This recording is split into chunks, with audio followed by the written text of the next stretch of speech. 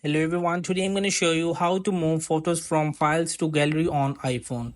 So simply just find the file app on your iOS device, simply just tap on it, and after here you will be just browse your files where you just put it. So you will see is the top right corner is the three dots option. Simply just tap on it, and then the option you will see the select. I will just tap on it, and you will just select it the multiple times of the files, or you will just choose the one. And if I just tap on this image car with green tag, and you will see the left bottom corner option is to share option. Simply just tap on it and just scroll down, and here is the third option you will see, save image.